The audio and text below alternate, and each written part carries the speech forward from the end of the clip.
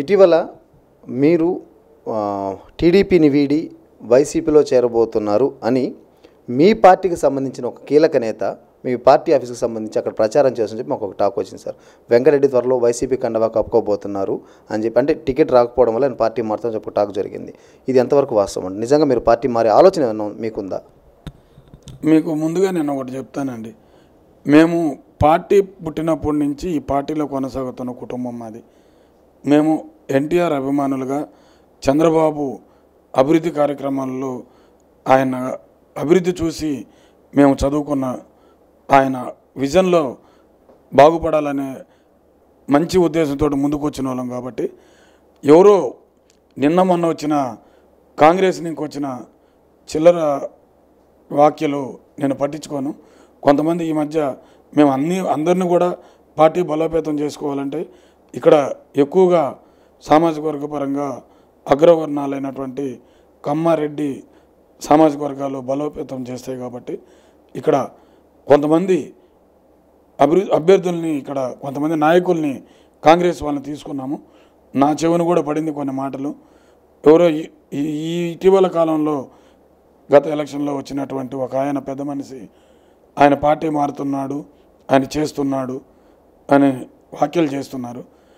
మీకు ఒకటే చెప్తున్నా, కాంగ్రెస్ వాళ్ళకి ఈ కింద గల్లీని ఇంకా ఢిల్లీ దాకా ఈ పొరపచ్చాలు, గ్రూపులు, రాజకీయాలు, వైషమ్యాలు, వైర్యాలు ఇవన్నీ అలవాటు.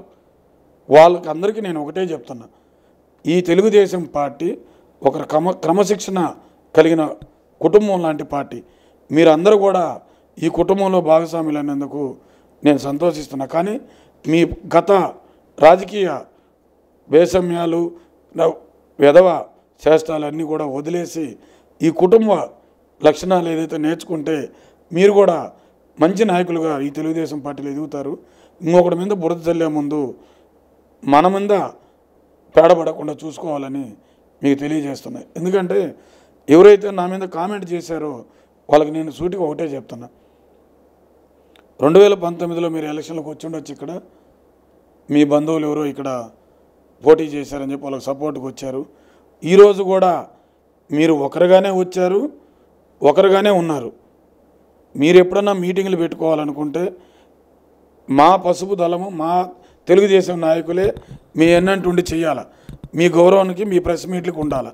నీతోటి నువ్వేదైతే కామెంట్ చేస్తున్నారో మీరు 10 మందిని పట్టుమని 10 మందిని తీసుకొచ్చిన దాఖలాలు లేవు. ఈ నియోజకవర్గ నాయకులందరూ కూడా ఆ చరిత్ర తెలుసు. మీరు అటువంటి బురజల్లే పనులు చేస్తే మేము క్షమించే ప్రసక్తే లేదు. తప్పకుండా దాన్ని మా పార్టీకి ముందుకు తీసుకెళ్ళి తగిన గుణపాఠం నేర్పిస్తామని కూడా తెలియజేస్తున్నాం. సార్, మాకు అందిన అనాలిసిస్ ప్రకారం, మేము చేసిన సర్వే ప్రకారం మీకు సంబంధించి మీ క్యాడర్ దాదాపు, అంటే మీరు చేసిన సేవా కార్యక్రమాలు కావచ్చు, మీరు నడుపుతున్నటువంటి అన్నా క్యాంటీన్లు, విద్య, వైద్యం, పారిశుద్ధ్య కార్యక్రమాలు ఇవన్నీ కలిపితే మాకు అందిన అనాలిసిస్ ప్రకారం దాదాపు మీకు వ్యక్తిగతంగా 10,000 పైచిలకు ఓట్లు ఉన్నాయని చెప్పి మాకు తెలిసింది సార్. సో మీరు ఈరోజు ఏదైతే కాకర్ల సురేష్, వేమిరెడ్డి ప్రభాకర్ ఎవరైతే ఉన్నారో వాళ్ళకి సపోర్ట్ చేస్తున్న సందర్భంలో ఈ 10,000 ఓట్లు చీలకుండా ఖచ్చితంగా వాళ్ళకి వెళ్ళే అవకాశం ఉందంటారా? ఎలా ఉంది? ఇక్కడ మీరు ముఖ్యంగా గమనించాల్సింది ఏంటంటే, నేను సేవా కార్యక్రమాలు చేస్తున్నా 10 మంది విద్యావంతులు ఆకర్షితులయ్యి, కొంతమంది ఎంప్లాయీసు, కొంతమంది విద్యావంతులు నాతోటి పార్టీలకు అతీతంగా నాతోటి సర్వీస్ చేసి వెంకటరెడ్డితో నడవాలని ఉన్నారే. కానీ నాకు 10,000 ఓట్లు ఉన్నాయి, 20,000 ఓట్లు ఉన్నాయి, నేను ఈ 20,000 ఓట్లు గుంపు గుర్తుగా మీకు వేపిస్తాను అనేది తప్పండి. నేను ఒక పార్టీలో కార్యకర్తగా పార్టీని అభివృద్ధి చేసే విధంగా, అన్ని సామాజిక వర్గాలను కలుపుకునే విధంగా, పార్టీ గెలుపు విజయ అవకాశాలను కల్పించే విధంగా నేను ప్రయత్నిస్తానే. కానీ పార్టీ ముందు తర్వాత నేను, పార్టీ లేనప్పుడు వెంకటరెడ్డి ఇండివిజువల్గానే ఉంటాడు. కానీ పార్టీ కండవ నా భుజం మీద ఉన్నప్పుడే నాకు ఆ గౌరవం దక్కుతుందని చెప్పి నేను ఆలోచిస్తున్నాను. భవిష్యత్తులో తెలుగుదేశం పార్టీలో వెంకటరెడ్డిని మేము ఎలా చూడొచ్చు? ఎలా చూడవచ్చు అంటే అది అధిష్టానానికి సంబంధించిన విషయము. మేము మా అభ్యర్థి శ్రీ వేమిరెడ్డి ప్రభాకర్ రెడ్డి గారు దైవ సమానులు, అలాగే యువ నాయకుడు కాకర్ల సురేష్ బాబు గారు, వాళ్ళిద్దరూ కడిగిన ముత్యం లాంటి అభ్యర్థులు, మంచి రాజకీయాలు కొత్త వ్యక్తులైనా కానీ మంచి స్వభావం కలిగిన వాళ్ళు, వాళ్ళని మాకు మా జాతీయ అధ్యక్షులు మాకు పార్లమెంట్ అభ్యర్థిగా, ఎమ్మెల్యే అభ్యర్థిగా పంపించారు. కాబట్టి మా సాయశక్తిలో కృషి చేసి రేపు ఏదైతే గతంలో ఉన్నటువంటి ఎమ్మెల్యే గారు రామారావు గారు చేసిన అభివృద్ధులన్నీ కూడా కంటిన్యూ చేయడానికి వీళ్ళిద్దరిని ఉపయోగించుకుంటామని చెప్పి ముందుకు తీసుకొని పోతామే తప్ప వేరే ఎటువంటి భేషమ్యాలు ఉండవని చెప్పి వాళ్ళు కూడా మంచి సేవా దృక్పథంతో ఇక్కడికి వచ్చారు. కాబట్టి ఆల్రెడీ వాళ్ళకి ట్రస్టులు ఉన్నవి, వాళ్ళు కూడా చిన్న చిన్న కార్యక్రమాలు, పెద్ద పెద్ద కార్యక్రమాలు, దైవ కార్యక్రమాలు అన్నీ చేస్తున్నారు. కాబట్టి వాళ్ళు ఇంకా రాబోయే రోజుల్లో రాజకీయంగా సొంతంగా అన్ని విధాలు ఉపయోగించుకొని ఈ వెనుకబడిన ప్రాంతాన్ని అభివృద్ధి చేసే విధంగా నేను మీకు ఆ మోటివ్ చెప్తా ఉన్నాను. నా ఆలోచన విధానం ఒకటే, నేను ఎమ్మెల్యే కావడమా లేకుంటే ఇంకొకరు ఎమ్మెల్యే కావడం అనేది ఇక్కడ ఇంపార్టెంట్ కాదు. నేను చేసే కార్యక్రమాలు ఈ నియోజకవర్గానికి చిన్న ఉడతాపక్షగా జరుగుతున్నాయి. కానీ నా సంపాదనలో తీసిపెట్టే డబ్బులు ఈ నియోజకవర్గానికి అంత డెవలప్మెంట్కి ఉపయోగపడదేమోనని నా ఆలోచన. కాబట్టి తప్పకుండా ప్రభుత్వం అనేది ఏర్పడితే, తెలుగుదేశం ప్రభుత్వం ఏర్పడితే ఎంపీ అభ్యర్థి గెలిపించుకొని ఎమ్మెల్యే అభ్యర్థిని గెలిపించుకుంటే ఈ నియోజకవర్గ కేంద్రమైనటువంటి ఉదయగిరిలో తప్పకుండా పర్యాటక అభివృద్ధి అనేది నా ఫస్ట్ పాయింట్. రెండవది నెల్లూరు, నందవరం, ఉదయగిరి రోడ్డు. మూడవది తాగునీరు, సాగునీరు ప్రాజెక్టుల మీద ప్రయత్నం. నాలుగవది ఉదయగిరి పట్టణ అభివృద్ధి, పర్యాటక అభివృద్ధి. అలాగే బండగానపల్లి, ఉదయగిరి బండగానపల్లి ఘాట్ రోడ్డు, ఇవి. అలాగే చింతలదేవి బ్రీడింగ్ సెంటర్, వీటిని నేషనల్ బ్రీడింగ్ సెంటర్, వీటిని తప్పకుండా అభివృద్ధి చేయాలని చెప్పి ఒక దృఢ నిశ్చయంతో ముందుకు పోతారు. రైట్ సార్, మరి మీరైతే ఖచ్చితంగా ఒక మోటోతో వెళ్తున్నారు, ఒక మోటో కోసం పనిచేస్తున్నారు. ఉదయగిరి నియోజకవర్గ ప్రజల అభివృద్ధే నా ఆకాంక్ష అని చెప్పి ఖచ్చితంగా ఘంటాపదంగా చెప్తున్నారు. రేపు కనుక ఇక్కడ మీరు అనుకున్న అభ్యర్థులు గెలిచి టీడీపీ కనుక అధికారంలోకి వస్తే మీ మాట చెల్లుతుందంటారా? ఇవన్నీ జరిగే అవకాశం ఉందంటారా? నేను నా మాట చెల్లించుకోవడానికి నాకు కొన్ని సంస్థలు ఉన్నాయి, కొన్ని కంపెనీలు ఉన్నాయి. నా వ్యాపారాల్లో నాకెన్నో ఎంప్లాయీస్ నా మాట చెల్లుతారు. నేను చెప్తే నేను శాలరీ పే చేస్తాను మంత్లీ. వాళ్ళు నాతోటి ప్రయాణం చేశారు, నా డెవలప్మెంట్లో ఉపయోగపడ్డారు. కాబట్టి నా వ్యాపారంలో నా మాట చెల్లుతుంది. ఇక్కడ రాజకీయం ఎవరు మాట చెల్లుతుంది అనేది కాదు, ఎవరు ఎంత ప్రజలకి మమేకమై సర్వీస్ చేస్తున్నారో వాళ్ళు ప్రజల్లో ఎప్పుడూ ఉంటారని చెప్పి నేను ఆలోచిస్తున్నా.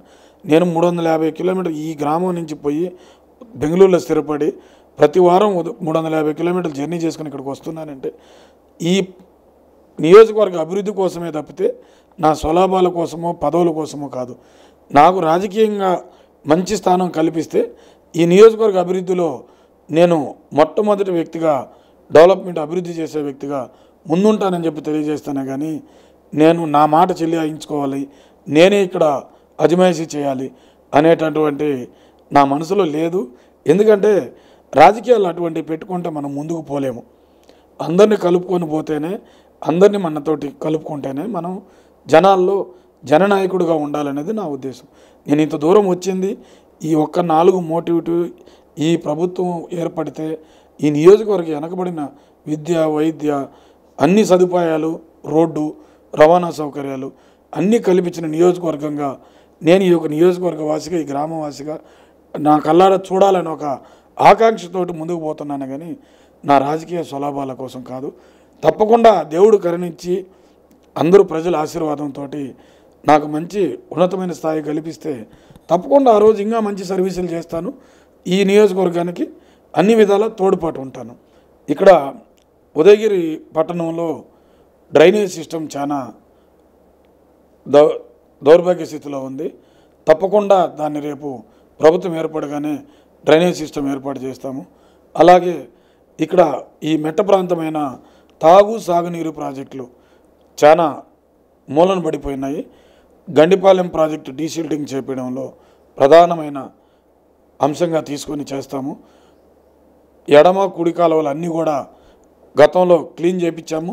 మళ్ళీ కూడా దాన్ని క్లీన్ చేసి వరకుంటపాడు, ఉదయగిరి మండలాలు వాటరు వచ్చే విధంగా ఏర్పాటు చేసుకొని వెలుగొండ ప్రాజెక్టుకు ఇప్పుడు ఏదైతే పనులు నిలబడిపోయినాయో ఆ పనులు మళ్ళీ స్టార్ట్ చేసి త్రాగునీరు సాగునీరు ఈ నియోజకవర్గానికి ఈ ఉదయగిరి పట్టణానికి ఏర్పాటు చేస్తాము.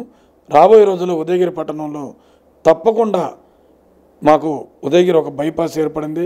రామారావు గారు చేసినటువంటి అభివృద్ధి కార్యక్రమంలో మహత్తరమైన కార్యక్రమం ఈ హైవే, నేషనల్ హైవే కావలి ఉదయగిరి సీతారాంపురం.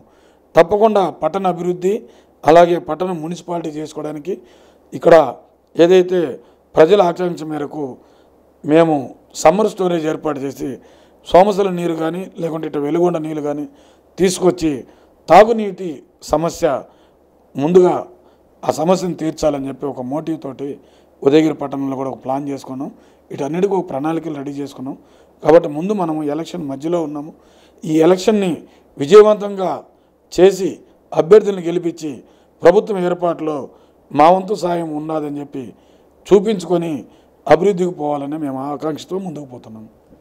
సార్, ప్రతి నియోజకవర్గంలో గ్రూపుల సమస్యలు అనేది అధిష్టానికి ఎప్పుడు తలనొప్పిగా ఉంటుంది. మరి ఈ ఉదయగిరి నియోజకవర్గానికి సంబంధించి గ్రూపులు కానీ వర్గాలు కానీ ఏమైనా ఉన్నాయా? ఒకవేళ ఉంటే మీరు ఎట్లా సమన్వయం చేసుకుంటే ఎలక్షన్కి వెళ్ళబోతున్నారు? నేను ఇంతకుముందే మీకు చెప్పాను, నేను వ్యాపార రీత్యా బెంగళూరులో స్థిరపడి ఇక్కడ ప్రజల